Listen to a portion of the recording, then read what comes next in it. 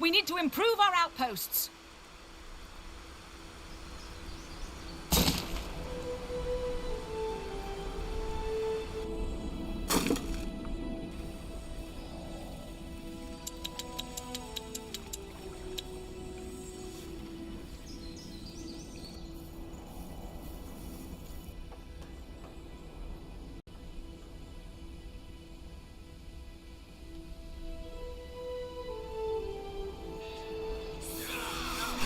You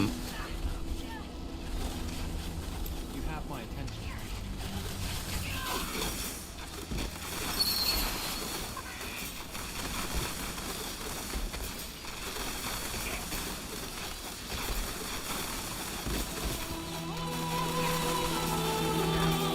Yes.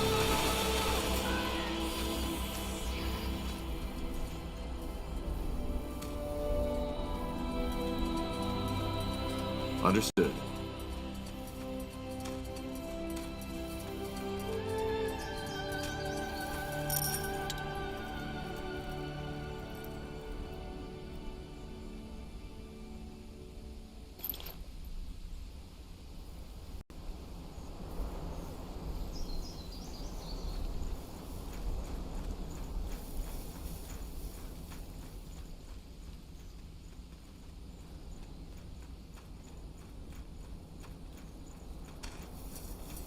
Mm-hmm. Mm-hmm.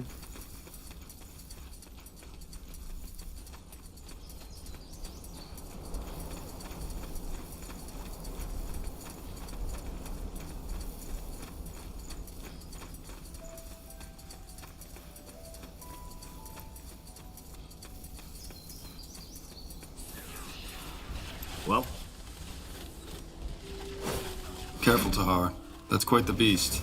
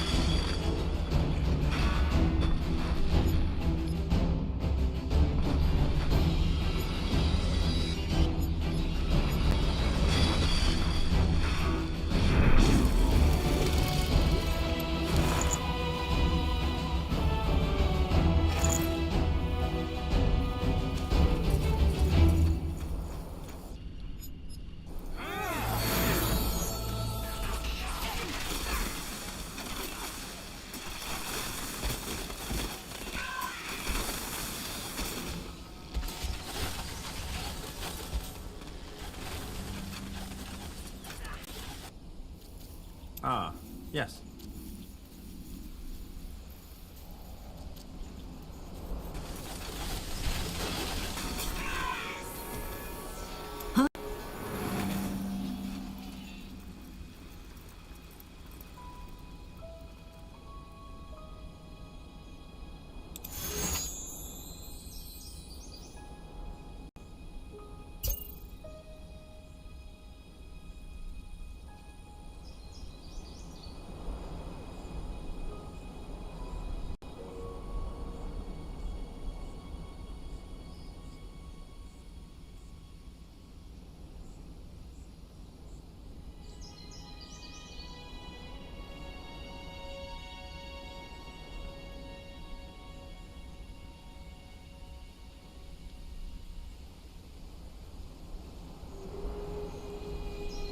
Tandai, have you made any progress? Yes, the repairs have been finished. They have? Why hasn't anyone told me? Oh well, doesn't matter. Anyway, I also have good news. I've molded the shards. It was easier than I expected. I think we should move to the portal now. Is it safe? Yes. I understand. Huh.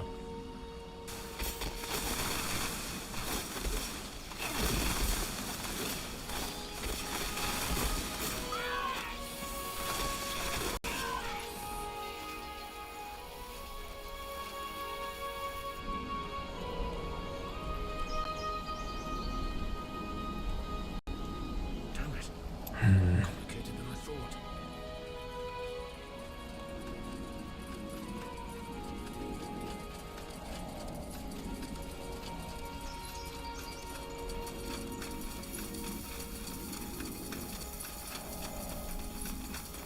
Ah, there you are. I have to say I'm impressed. Well, it wasn't easy. I know, Janosch. The portal stone seems to be functioning as well. It connects to the portal's magic. But we still need to charge it, correct? Yes, but that's relatively simple. Do you remember the Zolanthep altar I told you about? The one we used to conjure our barriers? Yes. Can it charge the portal as well? Yes. Normally, the portals are how should I put it, a web of energy. By approaching them with a portal stone, they react. However, as this portal hasn't been in use for centuries, that web is depleted. By transmuting energy on the altar and directing it to the portal, we can recharge it, so to speak. All right, I'll get on it.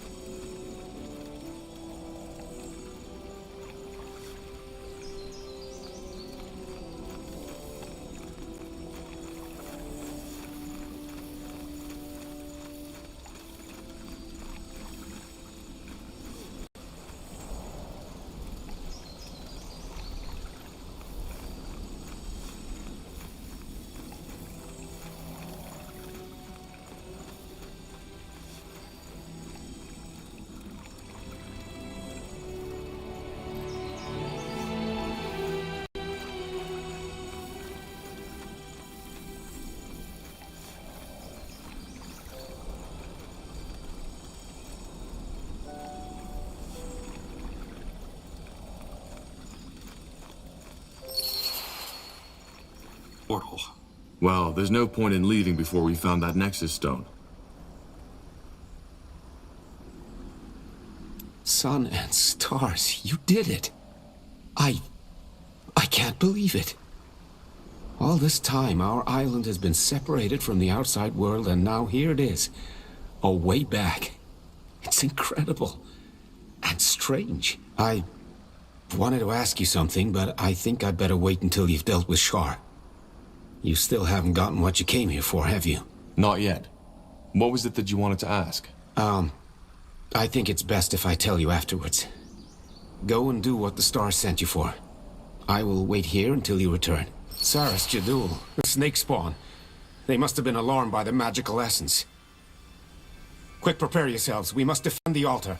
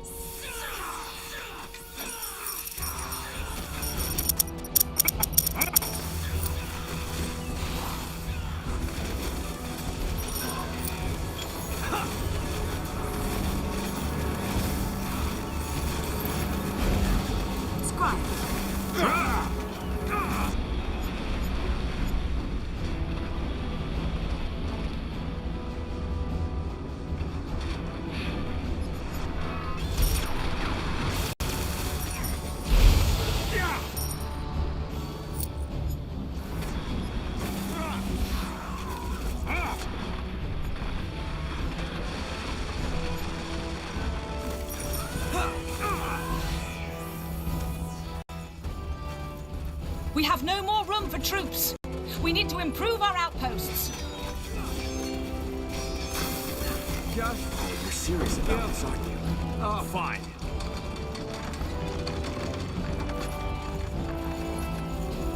Got it. You read my mind.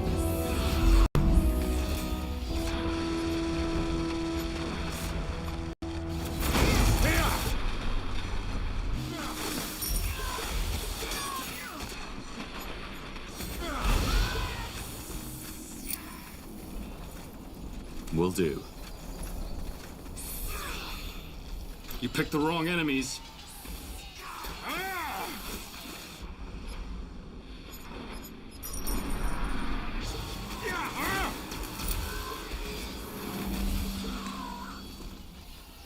They will burn.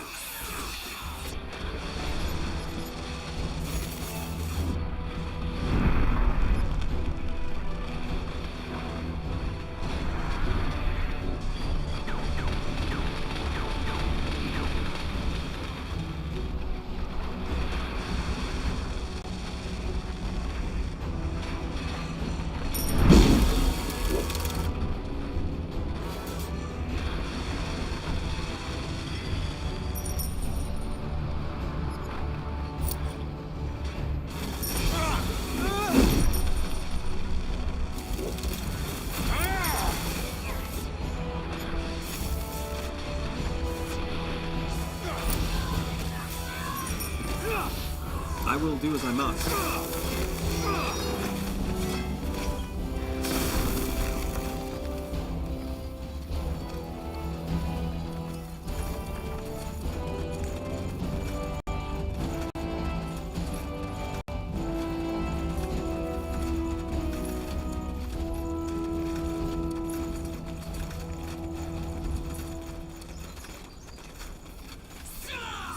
Easy.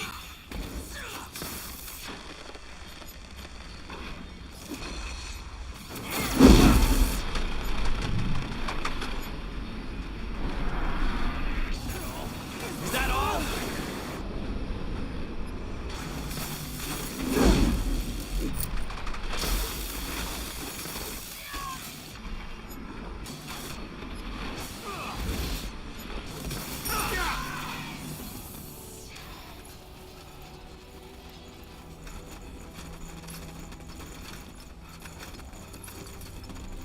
Leave it to me.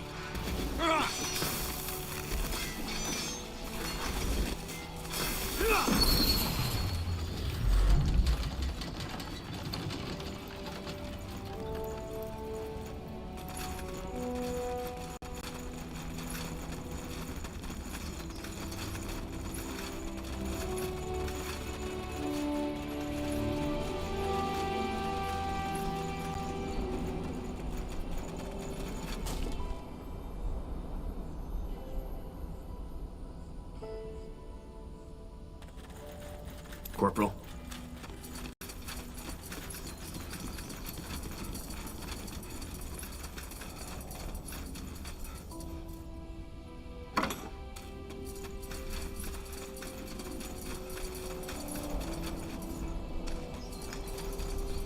Finally.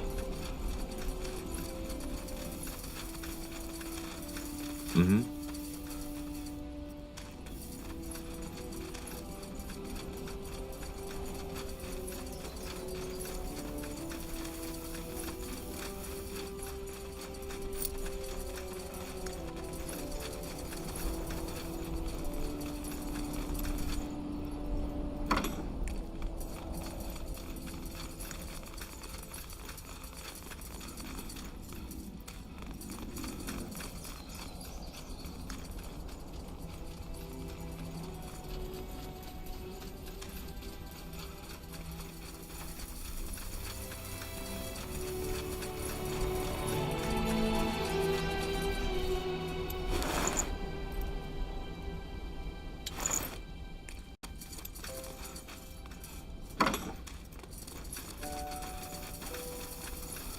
Understood.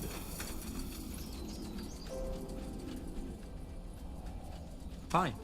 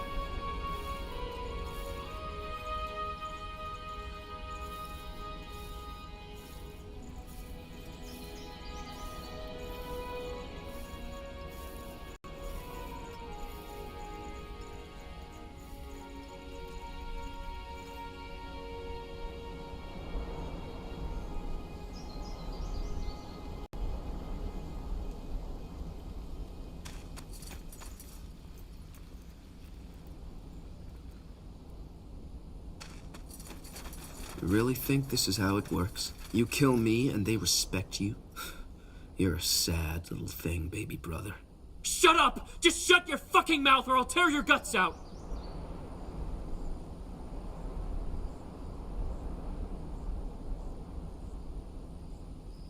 Fine.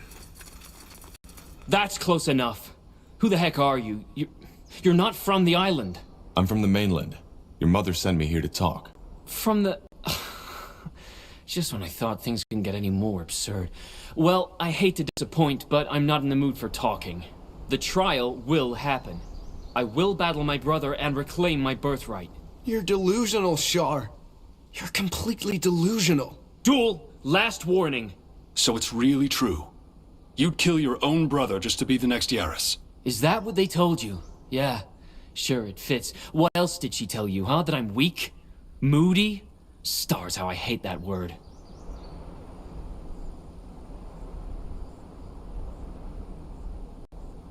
Yes, and that your brother would succeed her and not you. And you know what's so sad about this? That this is probably what she really believes, what they all believe. Do you see these burns on my face? What about them? When I was 10 years old, a man named Rujas took me and my brother to a hunting trip. As my mother undoubtedly told you as well, I was always the weaker one. He always outran me, and when he beat me, there wasn't anything I could do. For some reason, though, hunting was different. Shooting a bow was just something that came to me naturally, as did my magic 6 years later. And even more than that, I was a lot better at it than you were. Wasn't I, Duel? I never said you weren't. No, of course not. I wonder what you would have said just now if these people weren't listening. Long story short, on this hunting trip, I outclassed my brother in every aspect. I noticed that my beloved brother had been unusually silent that day, even when the old hunter showered me with praise. And for a very short moment, I was even stupid enough to believe that I don't know, impressed him, I guess. But what happened? Well, at night we ate a part of the deer. It was almost ridiculously beautiful. The sky was cloudless, and there were fireflies all around us. Eventually, the hunter went into the forest to relieve himself. That's when it happened. All of a sudden, Duel grabbed me at my hair and dragged me to the fire. Then, without saying a word, he held my face over it. It must have only been 15 seconds, but it felt like an eternity. I literally saw the flesh melting off my skull. Can you imagine what that feels like, stranger? That kind of pain? I can. Then you probably know that in that very moment, I just wanted to die. The moment the hunter came back in sight, he dropped me and bent over me, acting as if all this had been an accident. Of course, everybody believed him, and I didn't even tell anybody the truth until weeks later. It didn't make a difference. Yes, because it's a fantasy. You lost your balance and stumbled, damn it. And if it hadn't been for me, you would have lost far more than just your cheek. But why would Duel do this, Shar? He's your brother. Because he's a monster, that's why. He hides it behind his bloody smile, and yes, he's so well-mannered, so easy to get along with, so reasonable. But that's just facade. You have no idea what it was like, you know? He tortured me, he humiliated me, he beat me up so many times that at some point, I even thought it was normal. That place where where normal people have a soul, in him, it's empty. But they just won't see. And now they even want him to succeed Mother. Now tell me, how would you call that if not insanity? Char, this is ridiculous. This is simply ridiculous.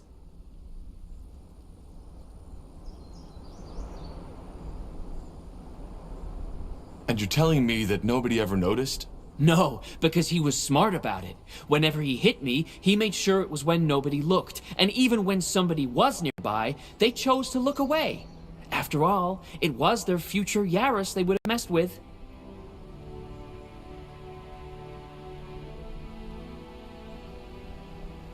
What do you have to say to this? What do you want me to say? It's lies, all of it. Char has always had a very active imagination. The dreams, the voices. To him, The real world was always full of blanks, and he used his fantasies to fill them out. Though, that fire incident was by far the worst phantasm his brain had produced. See? And that's how it always goes. People believe him because he seems so reasonable, so calm. Nobody gives a damn about the fucking truth. I don't think he is telling the truth, Tower. At least not all of it. This man, Duel, he is playing a role. What? By the stars, this is nonsense. You don't even know me. You're right, I don't. But I can tell studied behavior when I see it. But then again, your aura is fragile, jittery. And we all know magic can play tricks on your mind. Please, if that's what you want to believe, go ahead.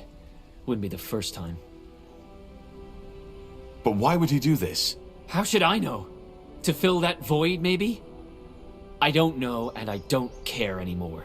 In a week, it will be over.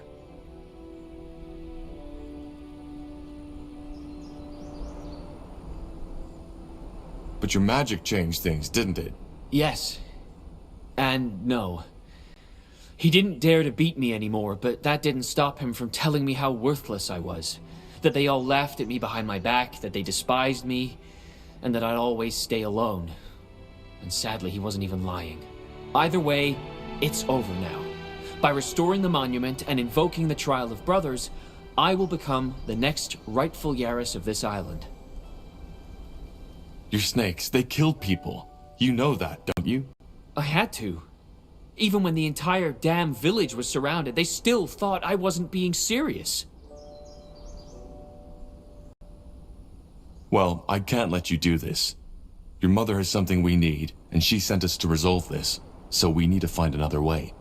I don't think so. Look, I've enjoyed our talk, but whatever outcome you imagine for this, it won't happen. So, 2 options. 1, you and your friends leave now. 2, you'll get a taste of my magic.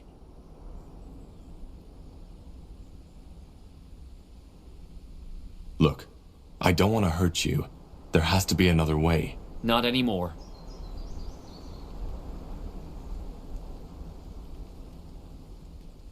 Look, kid, I can feel that you've got some power in you, but so do we. This is a bad idea.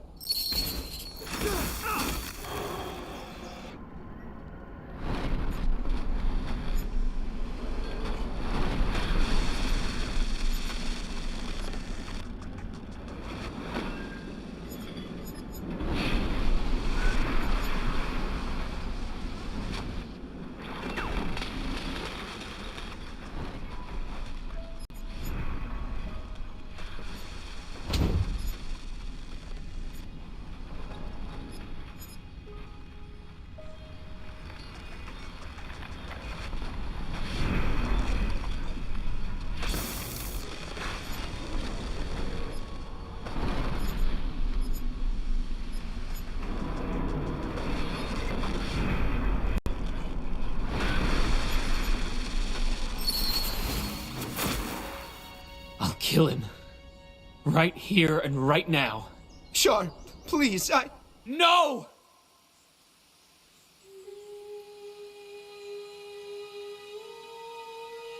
Think this through, Shar. If you kill him now, it will be murder. What? The Hibernian law. The only way for you to become Yaras is by defeating Duel in the Trial of Brothers. If you kill him now, it'll be murder. You're right. Sun and stars, yes, you're right. But then again, does it really make a difference? After what I've done? Duel said it himself. In their eyes, I'm already a murderer. I'll never earn their respect no matter what I do.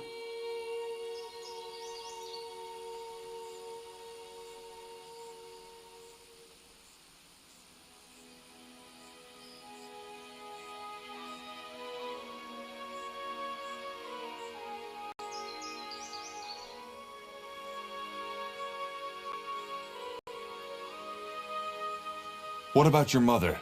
This will break her. So what? She's the one who got me into this in the first place. Don't you get it? She looked away all those years, and you know why? Because if she hadn't, it would have meant facing the truth. That she failed. That all she cared about was her idealized idea of her precious, precious Duel, who would carry on her legacy. Maybe, but if you kill him, it will only confirm her in all this. You will be the failure, the monster who killed her son. If you let him live, I will promise to tell her your side of the story, and that I believe you. But... Fine. Fine, maybe you're right. But I'm not doing this for my mother. She's as bad as the rest. I'm doing it because I want her to confront what she's done. Ah. And there he goes. What's next? Fine.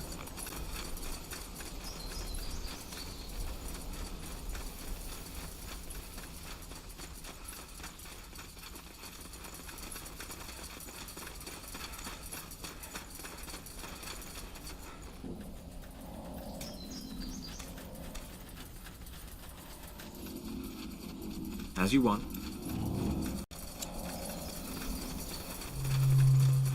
Yes.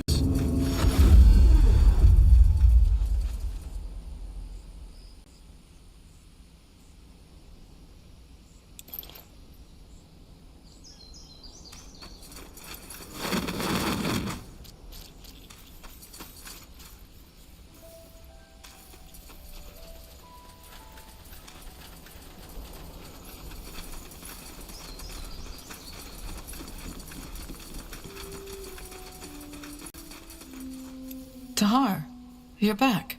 Duel already told me everything. He says you are a hero, that you are the only reason he is still alive.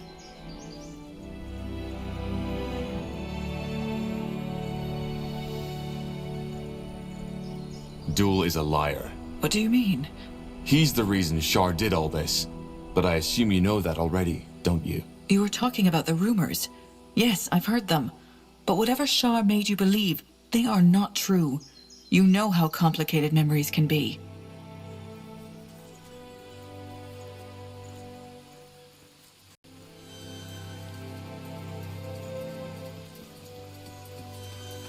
Blazes, do you even believe yourself?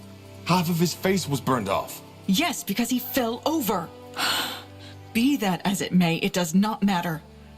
You held your end of the bargain. She-snake spawn is gone. And so is Shar. And, your ridiculous accusations aside, you saved Duel, my successor. Here, I think you should have this as a token of thanks. It's an old relic our forefathers brought over from the Forsaken Land, but there is no one in the village who could use it. At least not anymore. I see. Thank you. What about the Nexus Stone? Yes, the stone. I looked for it while you were gone. Is this it? It was found in one of the Hibernian ruins when our people first got here. Yes, that's it. Good. Is there anything else you need? If not, I would like to spend some time alone with my son. The village will need a lot of time to recover from this, and there's things we need to talk about. Well, there is.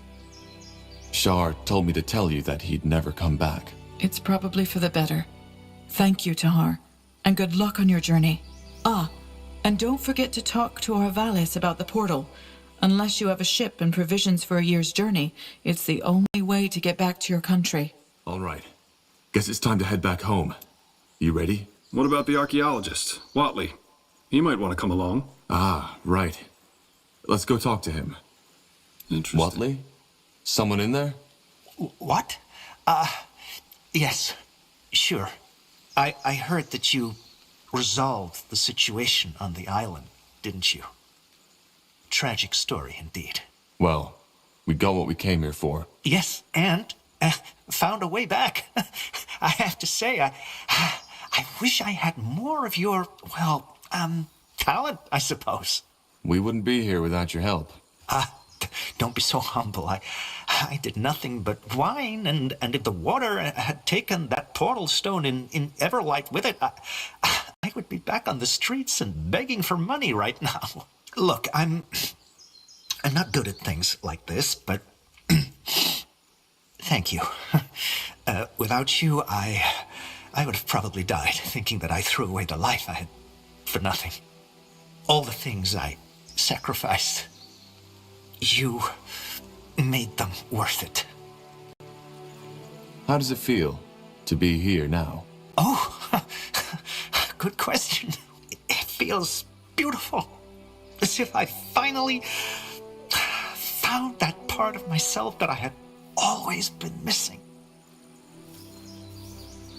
Well, I'm glad things worked out for you. We're leaving now, though. Are you coming with us?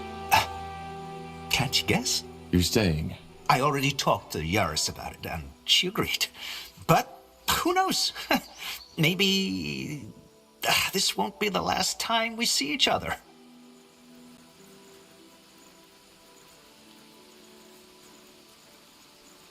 Tahar, thank you again for your help. Really? Uh-huh.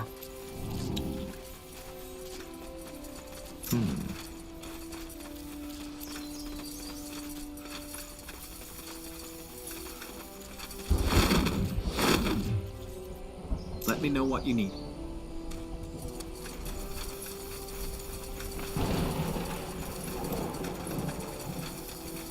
Yes? Have you taken care of Shar? Yes. Your name, they say it's Tahar, isn't it? Yes. Well, Tahar, I do not know how to ask this, but would you mind if I joined you? Actually, I think this is a good idea. He probably knows more about the Hibernians than any Nortander scholar.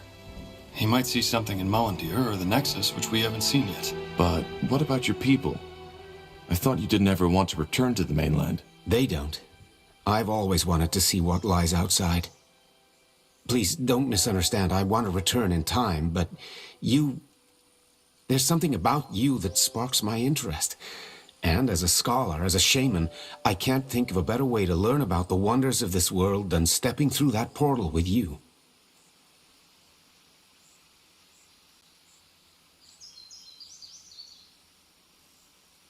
But I'm not just a simple explorer. We are on a mission, and it will be dangerous. Well, I figured as much, but you're not responsible for me. I know what I'm getting into. Fine. You can come. But we'll be leaving soon. Yes, of course, as soon as you want. I'll send someone to notify the Yaris. She will understand. Corporal?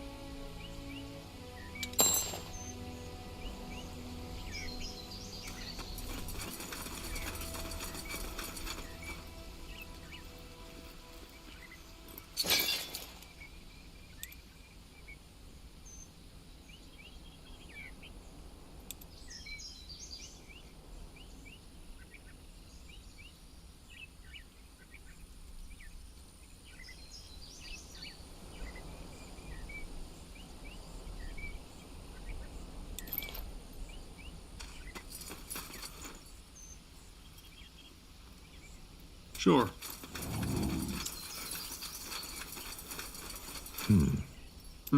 What is it?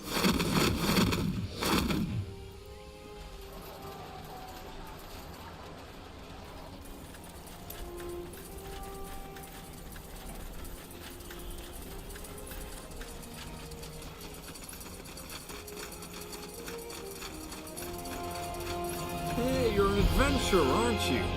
Come take a look. I'm sure I've got something that might spark your interest.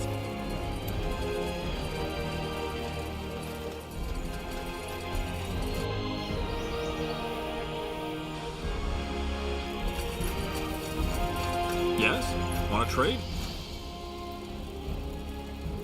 A fair offer. Let's see.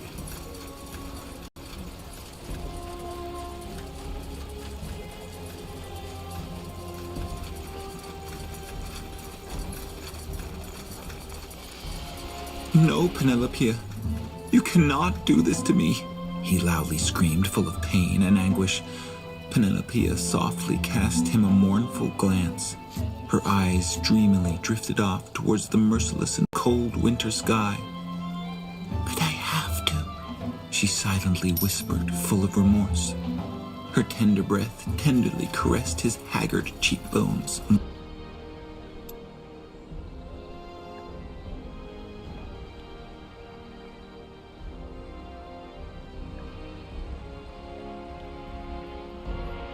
Dreams, but alas, I am...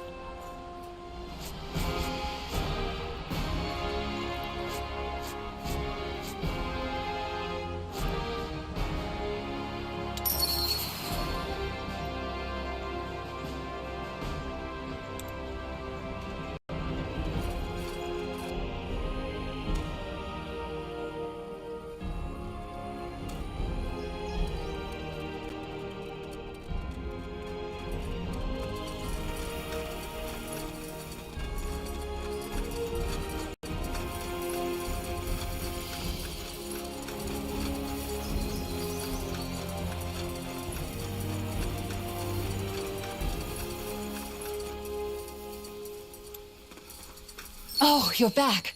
So I take it you found everything. The fever's gotten a bit worse while you were gone, so you came just in time. Rosie, Shh, Georgie, I'm here. The kind soldier brought the herbs for Holy Frank's medicine. You'll be better before the morrow. This is not a fever, Tahar. This man has the blood burn.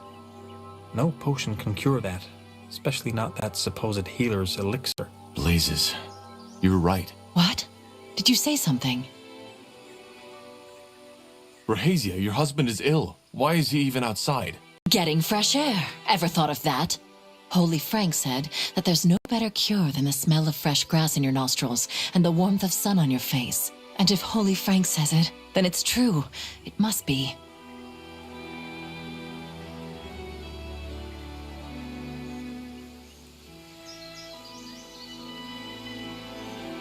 Here are the herbs you asked for, though... Let me see. Aye, perfect. That's them. You even found the fire nettle. Did you hear that, Georgie? You're going to be fine again, and then you can finally take me to that spot in the forest you always wanted to show me. Well, glad I could help.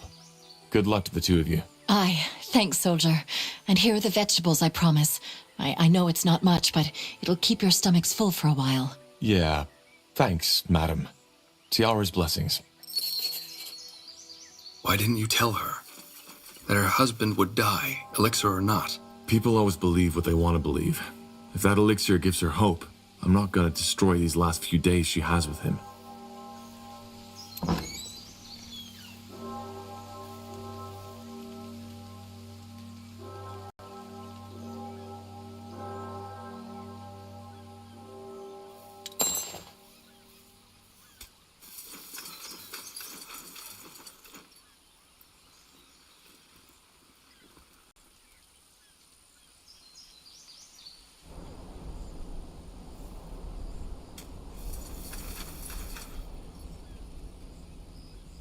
What do we need?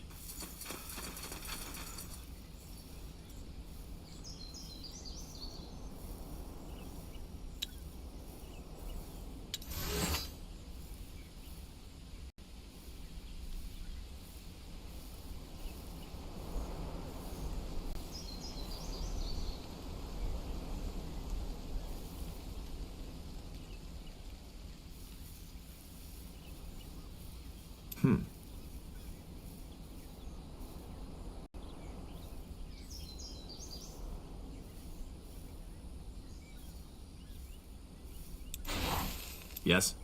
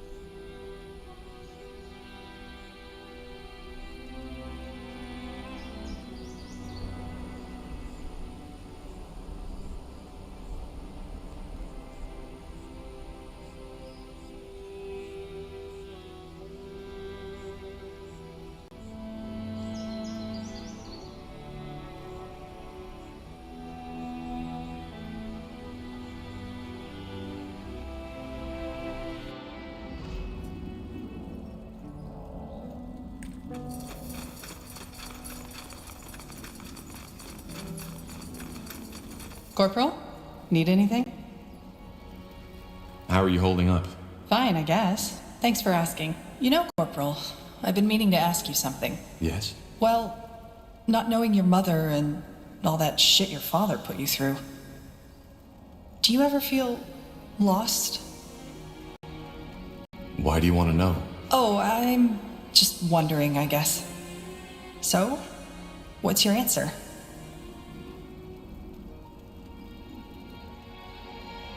I manage.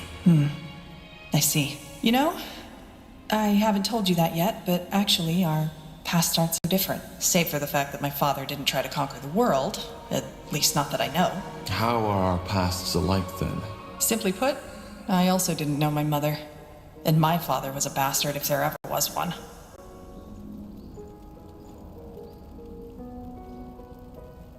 What happened to your mother? She died giving birth to me. I'm sorry. It's alright. As I said, I never knew her. I take it you and your father aren't on good terms then? You are of great wisdom, Tahar. No, we were not. I was and still am the only heir of the family, and if there's anything my father ever cared about, it was prestige. You see, it might not be obvious, but I'm actually of noble blood. Pure blood, as Finn and Mir elves call it. Nothing impressive, small nobility. You know, similar to the kind of Nortander nobility that's always around at royal festivities, licking everyone's boots so that they just don't forget about them.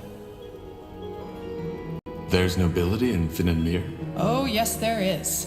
They don't call it that, but essentially Finn and Mir is an aristocracy. How so? Well, as you might know, elven culture heavily revolves around the White Tree, a gift from their goddess Ellen. Simply put, the tree is revered and guarded by a group of mages, of seers, called the Council. They're the rulers of our country, 6 women and 6 men. Now, According to the ancient lore, when a seer dies, his or her successor is chosen by the council. However, it has become custom that a seer should be replaced by someone from his bloodline. Someone pure, as they call it. Which means they make sure that the power stays within the right families. Indeed. And even though elven families in themselves are small, if you count all the cousins, aunts, and uncles, the members of just one council family could populate a whole township. In other words, the closer your blood ties with the council, the closer you are to the White Tree. And thus, the higher your standing. So I assume your father put you under a lot of pressure. Yeah, that's one way to put it. I barely had a childhood. It was all stern-faced teachers instead, trying to feed me language, history, math, and magic from the day I could speak. And I can't even remember all those festivities and religious ceremonies I had to attend. It was as if I learned the meaning of the word small talk before I learned how to ask for my mother's teat. Not that she would have been around to listen. What was your father hoping to gain from this? Isn't it obvious? He wanted to marry me off, and thus expand our petty little family's prestige. But it never came to that. Almost. If he simply wanted to arrange a marriage for you, then why teach you magic, maths? When these things happen in Northander, it's usually more about, how shall I put it? The looks? And the ancestry, yes. Well, these things play a big role in Finn and Mir too, but to be considered a good match, education and magical talent are just as important. For a priest, let alone a pure blood, to be seen with an uneducated, non-gifted street elf is frowned upon, not to say forbidden. Also, from what I've learned, it's mostly young women and girls who get married off in Northander, isn't it? Yes. Well, this isn't the case in Finn and Mir. If the head of a family decides to do so, a young boy or a young man may have the same fate as the one I just escaped by a hair's breadth. But this is a topic you could fill books with. Probably not for now. I see. How about friends? Oh, that's another topic. I was allowed to go out and play as long as it was with the right people. Still, I didn't, which was my choice, really. One of the few I made in those years. I preferred to stay on my own. How come? I don't know. See, I've always felt a bit ahead of others. As you know, we think in other dimensions than you do.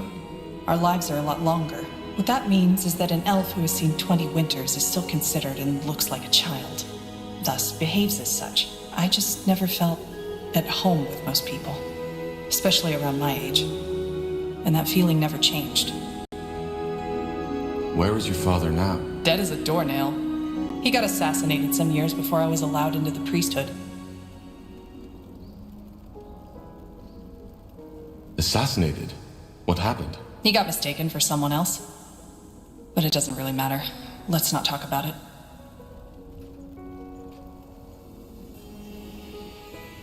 I'm sorry. Oh, don't be. To be honest, I'm glad he's dead. Otherwise, I would be in bed next to some 200-year-old seer now.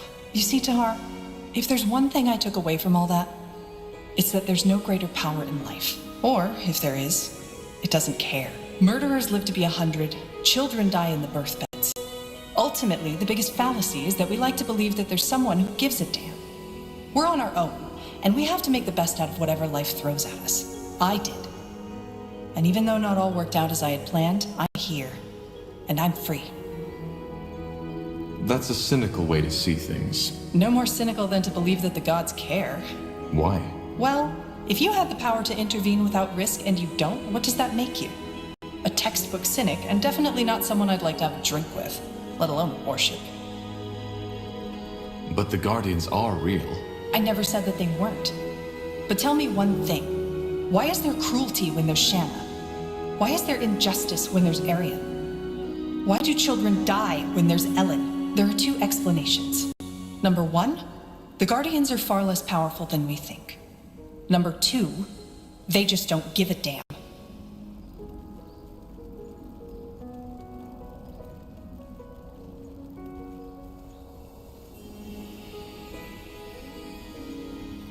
Or maybe their hands are tied. The Harbinger said they've been put to sleep to prepare for Aenir's return. Well, then they've been asleep for quite some time now. Whatever the reason, though, it amounts to the same. The gods aren't the answer. Yeah, every once in a while there's the token miracle healing. The chances of your prayers being answered are next to none. So you can either sit on your buttocks hoping that some god will take pity, or you can take your fate into your own hands. But you still feel lost sometimes, don't you? Yeah, I do. But I'm working on it. Anyway, we digressed quite a bit, didn't we? Sorry, my fault. Sometimes I just talk too much. I'll see you around, Tahar. And thanks for listening.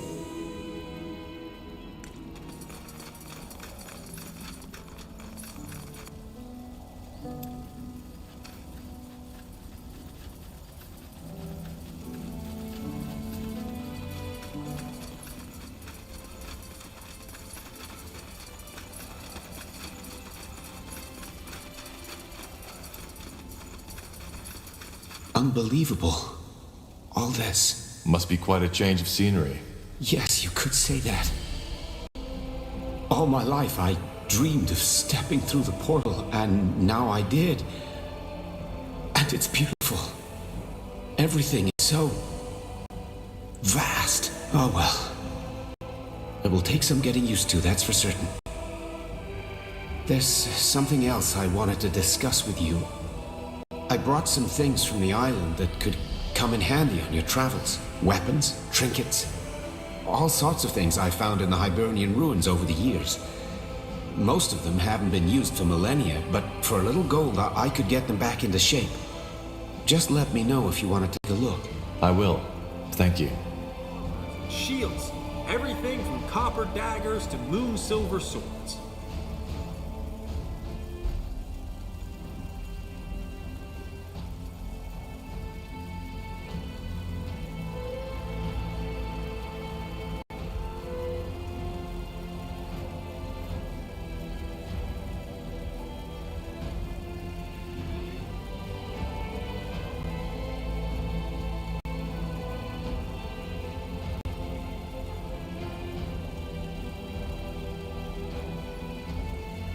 Good choice. A fine plan.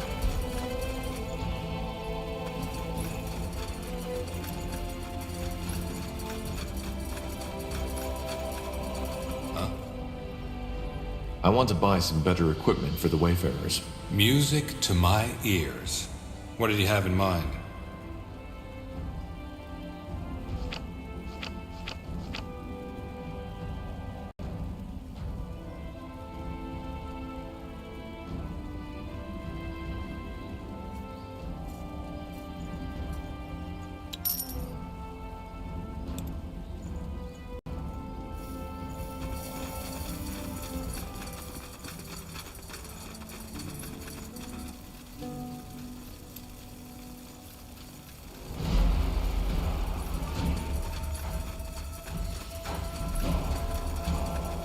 Zalraka, what do you need?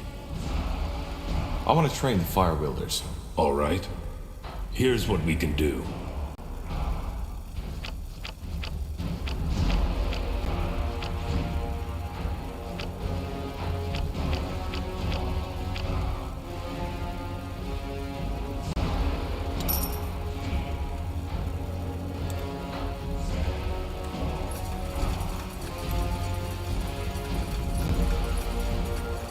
Yes?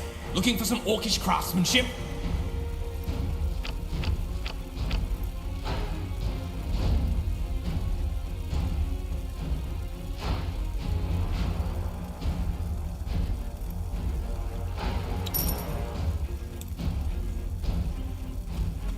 Fine.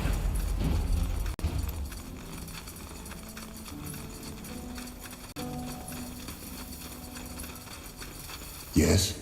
Looking for potions and scrolls? I'm sure I have just what you need.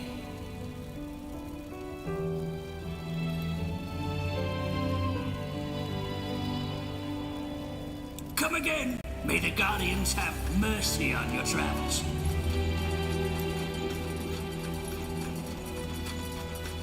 What can I do for you today? Let me see what you have in stock. I had hoped as much. What do you need?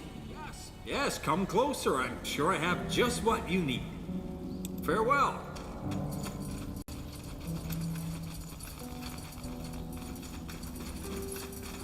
Ah, Corporal.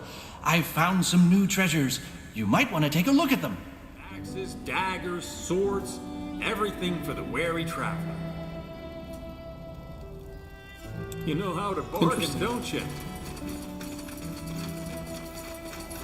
Yes? Have you come to see the fruits of my labor? You're an adventurer, aren't you? Come, take a look. I'm sure I've got something that might spark your interest.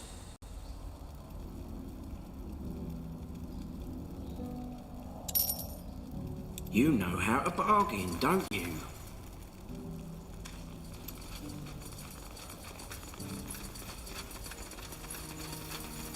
What is it? I would like to train the elves. Well, if you have the coin, I might be able to help. Let's see.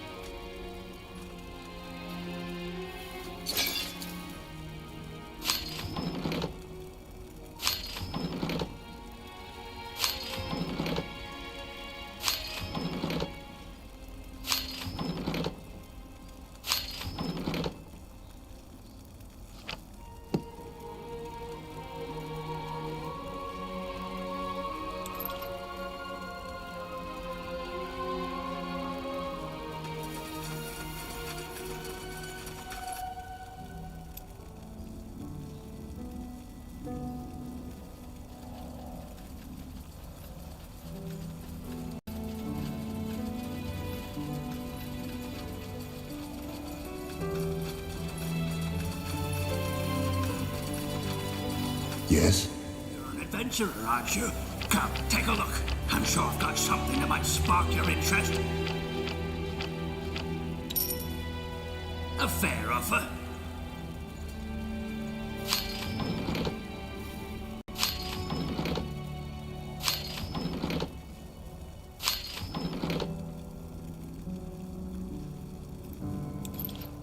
Sure.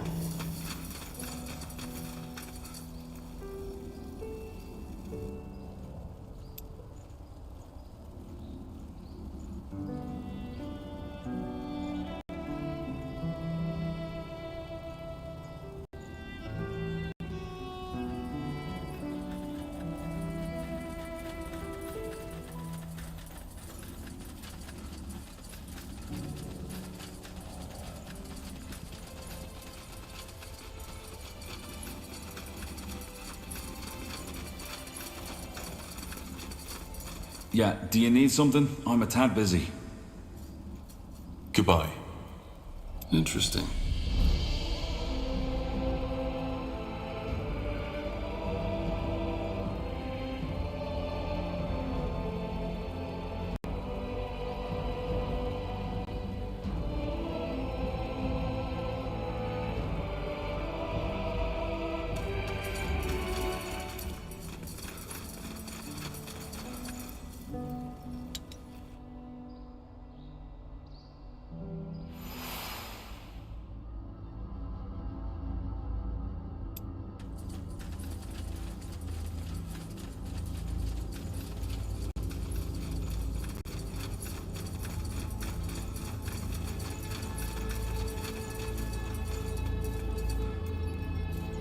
Tahar, finally!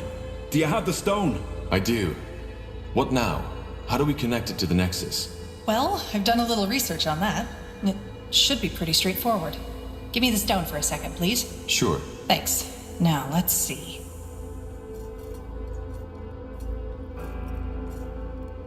Whoa! This is amazing.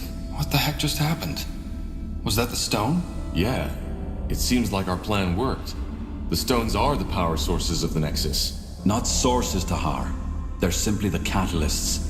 As I said, the energy, all this magic, it comes from someplace else. Well, I definitely know why the Shapers were so powerful now. If they were able to harness that, I wouldn't want to be their enemy. Pain. Pardon? Rekindling this place. I can feel their thoughts now. At least, some of them. You mean the Shaper's thoughts? Those who connected themselves to this place. The ones who had the power of telepathy. They left an echo, and whatever wiped out the Shapers, it caused pain. Horrible pain. I see. Well, fascinating or not, we need to connect our minds to the Nexus to find the source of Bloodburn, right?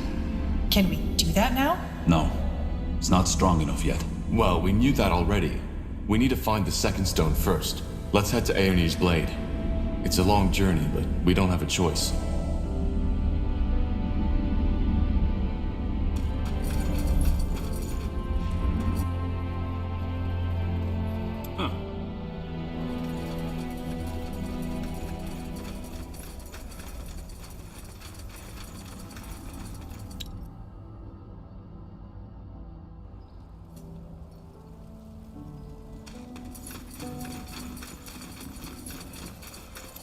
Exciting, isn't it?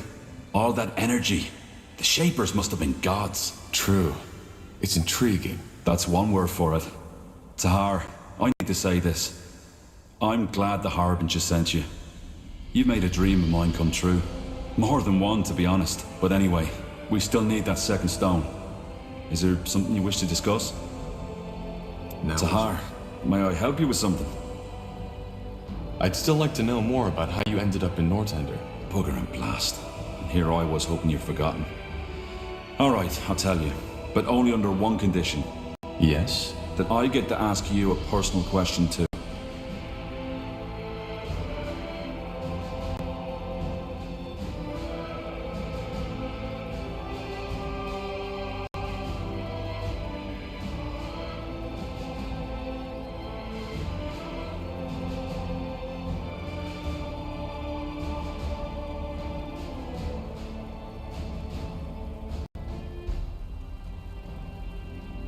Then we have a deal. Go ahead, I'm listening. Fair enough. I was born in the Windwall Mountains. You don't say. Sorry, still sorting out my thoughts. It's been a long time since I last told this story to anyone. Alright, one more time. As you can imagine, I was born in Windwall, a child of the rocks. Come again? A true dwarf, as some would say. Born in the buried city, not on the outside as the traders and farmers are. My family was quite privileged. Not nobility, but my mother and father led a big smeltery which supplied one of the finest smithies. Moon silver weaponry. Ever heard of it? I think so. The commanders of the Royal Army use them. Figures. Well, my childhood was a rather unremarkable one. I had 2 brothers and a sister, and even though I was the oldest child, I was always the most quiet one. I learned quickly how to wield an axe, and I still know how to do it, but I never took pleasure in it. The same goes for my parents' craft.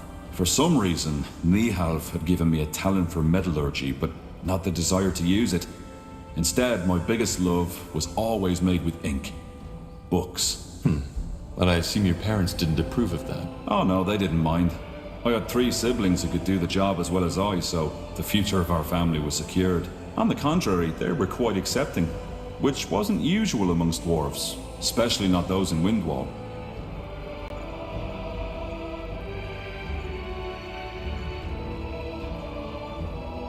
Are the surface dwarfs different? Depends. There are some who are very open-minded. For example, the traders who get around a lot. On the other hand, there are some who are as ignorant as the Windwallers.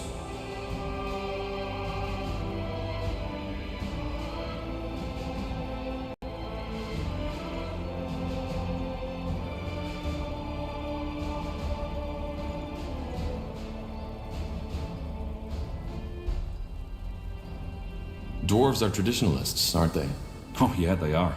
They love their brawls, they love their ale, and they love their metal crafting. And they never miss a chance to tell the outside world just how much they do. Well, to be honest, when I think of dwarven culture, that's exactly what comes to my mind. See? And that's the problem. There's always diversity in every race. There are soft-hearted orcs, there are elves who don't give a damn about the white tree, and there are humans with... well, you get the point. What I'm trying to say is, many dwarves love living these traditions, but there are some like me who just don't fit in. This is one of the reasons why I appreciate you and this group so much, Tahar. Aeonir's tools or not, we're all pariahs, in one way or another.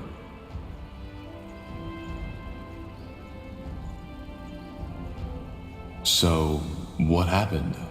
Why did you leave Windwall? I'm getting there, Tahar. When I came of age, I found work in the Windwall Library. That time was also when I deepened my knowledge of the Shapers. I devoured all the books there were, and bought whatever writings the merchants brought in. They smiled at me, talked of me as the strange bird, but I didn't care. The more I read, the more spellbound I became, and the more I dreamed of journeying through Io to solve all those mysteries not yet uncovered. Are there Shaper ruins in the Windwall Mountains? Hardly. And those that are there are buried beneath miles and miles of rock. Impossible to access without a huge expedition. Huh. And what kept you from doing just that? Well, two things. First of all, my attachment to my family. Secondly, Gilak. Gilak? My, partner. You had a partner? Yeah. We met... I'd rather not go into detail too much. Fact is, we lived together for 6 years. He was very dear to me. Let's put it that way.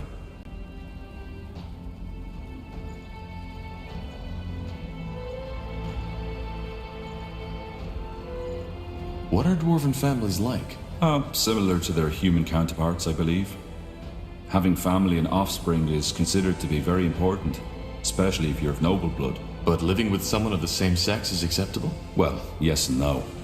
If you do, you don't talk about it, and you should make sure to find yourself a wife or a husband to found a proper family, eventually, and bring new children of stone into the world, even if that family is just a charade. If you don't do that, you're frowned upon. There's even a word for a childless dwarf, man or woman. Galrag, which roughly translates as dusty boulder. Very amusing, I know.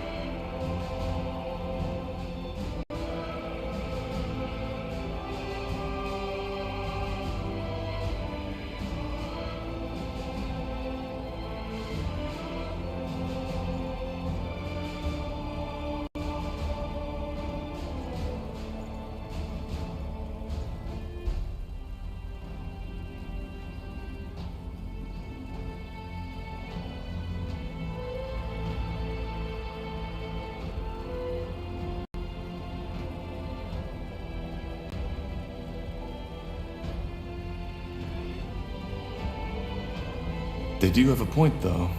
For an empire to endure, there needs to be children. I agree. But I doubt a few people with different desires living a different kind of life pose a threat. There'll always be men who like women and women who like men, and a couple of people whose tastes are different don't change the fact. And once again, the Shapers were different in that regard. As long as you stay within the boundaries of your caste, you can do as you pleased. I understand. But something happened, didn't it? Yeah. The Blackstone Rebellion. Ever heard of it?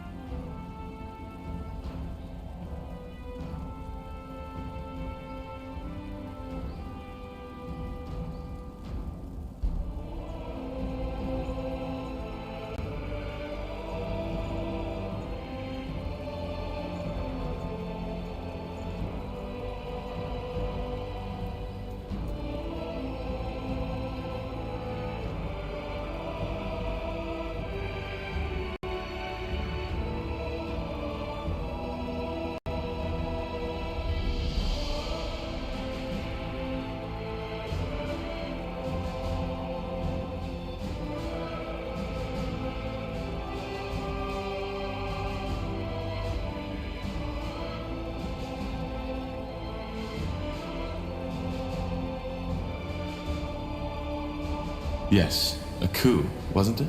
Yeah. An attempt to overthrow the royal house. It was bound to fail from the beginning. The rebels were anti-traditionalist and wanted to establish a new order, where it's the people who have the power, not the nobility. Gilak was one of these rebels. Oh. Yeah. At first, before the coup, they tried to raise awareness by giving underground speeches. A noble endeavor, but not at all thought through. Most dwarves just don't care about politics as long as they can have their mugs of ale. First, he didn't ask me to participate, but the more sour things went, the more he started pushing me. At one point, we had a fight. When he asked me to steal money from my family to support the movement, it was terrible. Finally, push came to shove, and he told me of the coup. He knew that despite my occupation, I was a remarkable fighter and Earthshaper, which is why he asked me to fight alongside him.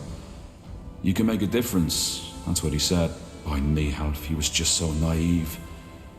He really thought it would be like in the old legends, a group of courageous dwarfs fighting their way to Algrim Castle with me at his side.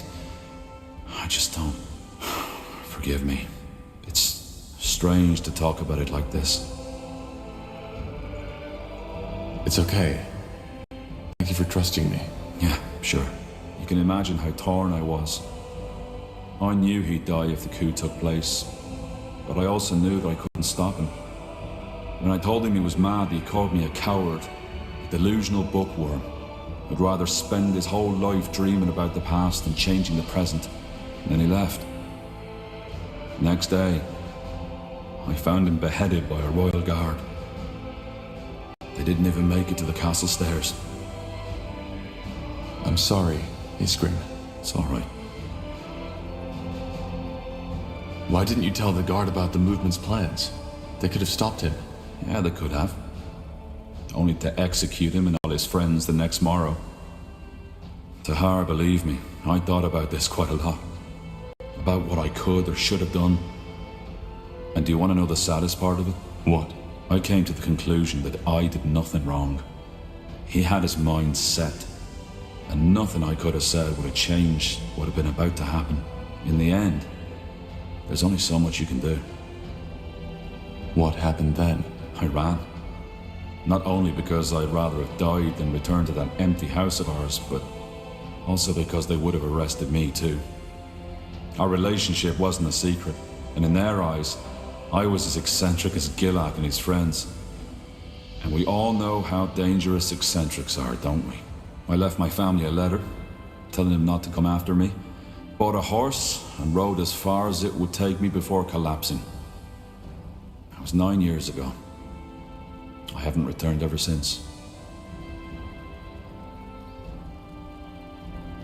What about your family? Did you ever hear from them again?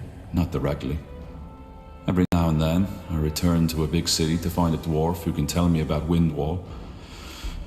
But the thought of returning, I don't know. I know it's cruel toward them, but I just don't think I could ever bear setting foot in those cursed stone halls again. I see. And since then, you've been studying the Shapers? Yeah. If there really is, as people say, a silver lining to everything, then this would be it. I'm finally doing what I was too afraid to do back in Windwall. I'm living my dream. Though the price I paid for it was high. And you know what, Tahar? What? There's a third reason to my fascination with the Shapers I haven't told you about yet. It's Gilak. Stupid as it may sound, there's a part of me who wants to prove him wrong. To show him that the past has value, that it can guide us towards a better world. I see. Well, thank you for sharing this, Iskrim. I appreciate it. Yeah. It felt good to talk about it. I didn't expect that. But you're not off the hook yet. The question, remember? Right. Shoot. Your past is even more unusual than mine. Growing up with a man like Isamo Tahar as your father? Without a mother? And then the whole thing with the Mage rebellion? I know you've been through a lot. Now, I was wondering, if you could trade that past you've had for a different one, would you do it?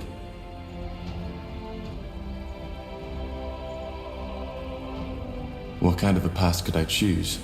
Anything? Anything.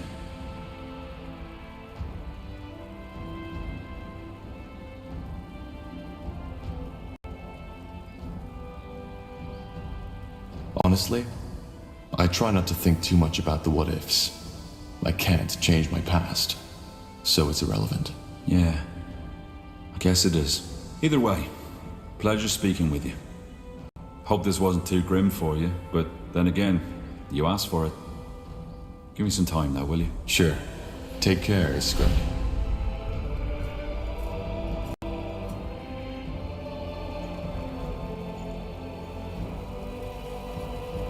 If your life depends on it.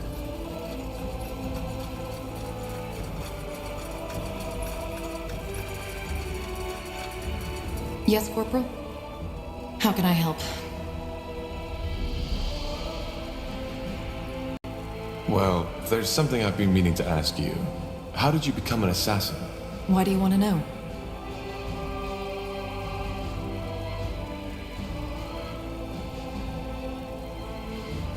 No particular reason, I suppose. I'm just curious.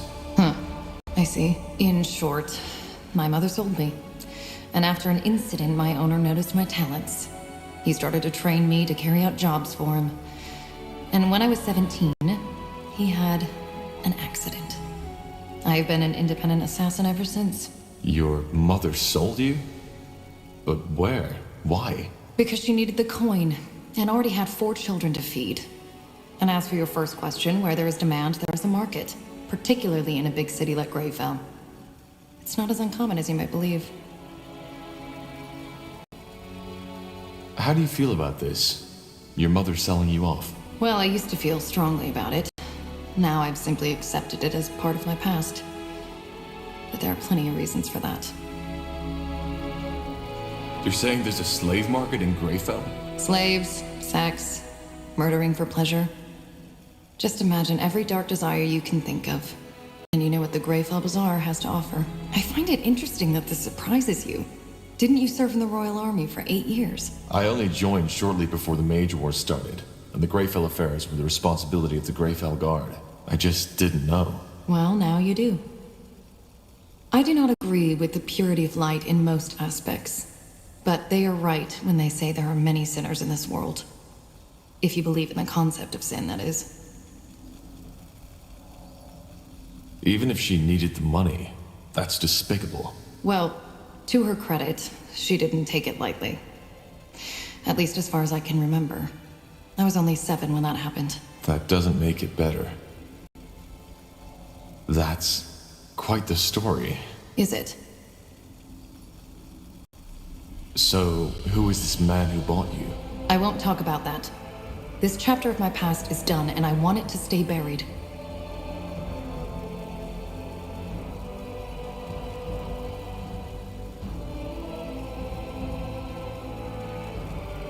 I understand. I'm glad you do. So, tell me, Pariah, how did you become the betrayer's child in the first place? It's rare for a child to defy their own father.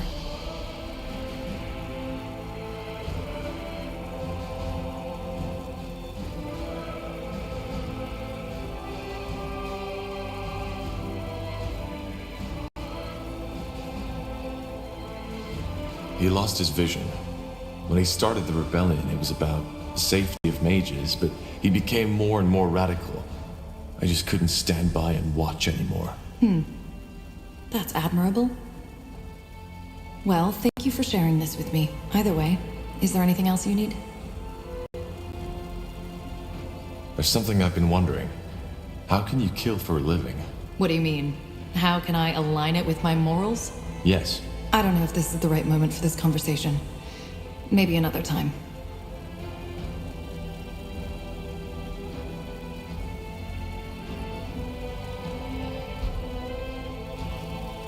Oh.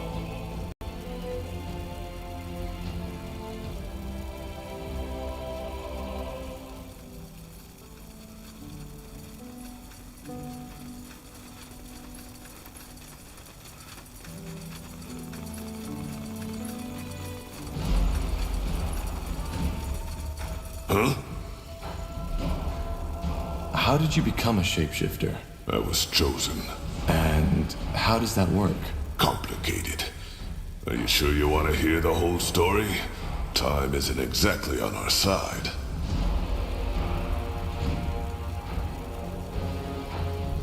It isn't, but the more I know about your abilities, the better. You're fighting for me, after all. We're not fighting for you, Tahar. We are fighting alongside each other. That's a big difference.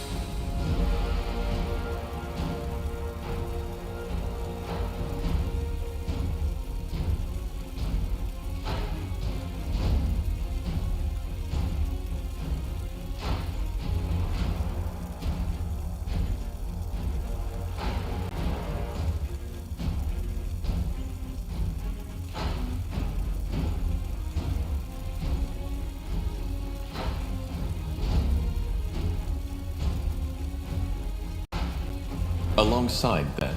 Good. Let's make it short then. Shapeshifting is a gift of Zarek.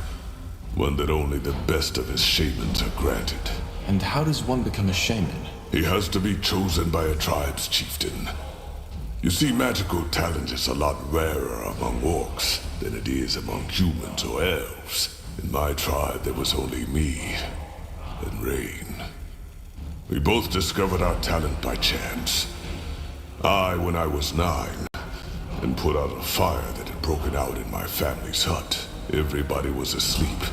Even the damn fool that had been tasked to stand guard. When I woke up, the entire room was in flames. So it was your magic that woke you? No, I needed to take a piss. Makes sense.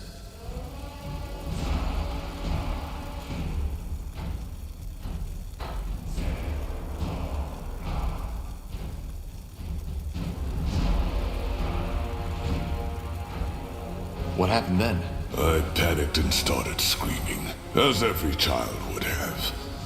However, the only thing that did was make me inhale the fumes even quicker. My vision blurred and I lost consciousness. When I woke up again, I was on a bed of hay in the village shaman's tent, and everybody was staring at me, as if I was Zarek incarnate. I asked what happened and they told me. Just when I had lost consciousness, it had started to rain. Not just a little.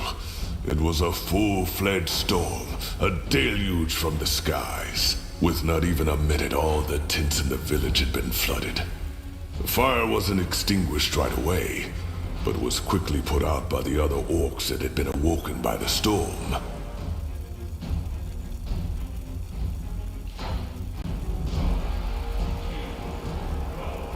That's impressive.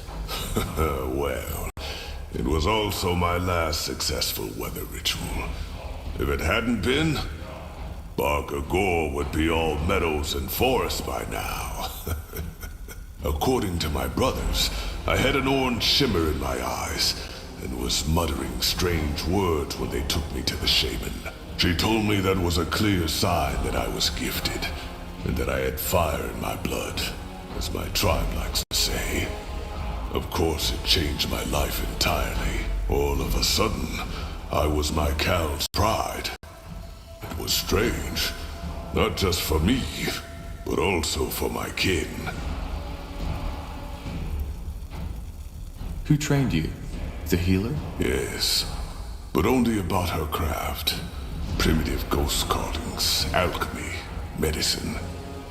I learned my magic from an elder who lived in a tiny shack a 15-mile march from our village. I woke up every day before dawn, walked for 2 hours, served him, and received my lessons. Then returned to my Cal shortly before midnight. It was hard, yes, but it was insightful. Those long walks in the darkness, the solitude at the foot of the mountain where his shack was, they shaped me.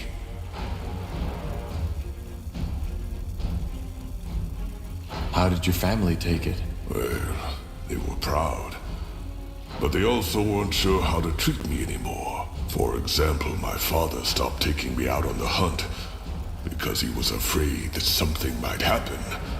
Which is ridiculous. Shaman or not, an orc who can't wield a spear isn't an orc at all. Also, my siblings became withdrawn. Jealousy, of course, but also estrangement. All of a sudden, their baby brother had become this strange being, which had apparently been bitten by Zarek himself.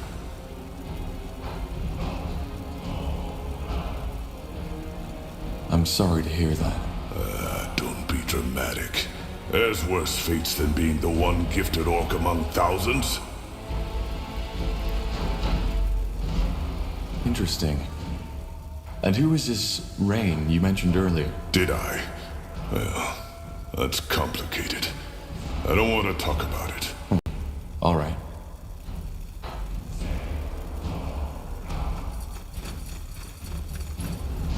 Tahar, what is it? There's one thing I've been wondering about. After we parted at the hideout, what exactly happened? How did you and my father part ways? Good question. I guess it all started with the relics, the tomes. You remember them, right? Yes. He was hoping they'd help him to win the war. Exactly. And there was this one moment when he found the 5th tome. When I came to a realization. You see, there were all those bodies. Enemies, but also many of our people. We had shed so much blood, Tahar. But Asamo, he didn't care. If there was any grief in his eyes, I couldn't see it. And as dramatic as it may sound, that's when I finally understood that we had lost our cause. This wasn't about ideals, about us mages anymore. It was about him. Whatever his intentions had become. And that's the reason ceann-feadhna and I betrayed him. Come on, do you really want to tell us you didn't see that before? The tomes were all about power. I knew it was about power. But Asamo always told us that he would use that power for the greater good. And it's not that far off. I mean, can't you imagine? With the power of the tomes, we could have united the world. Even made it a better one. No more persecution of the deviant. No more wars. No more suffering.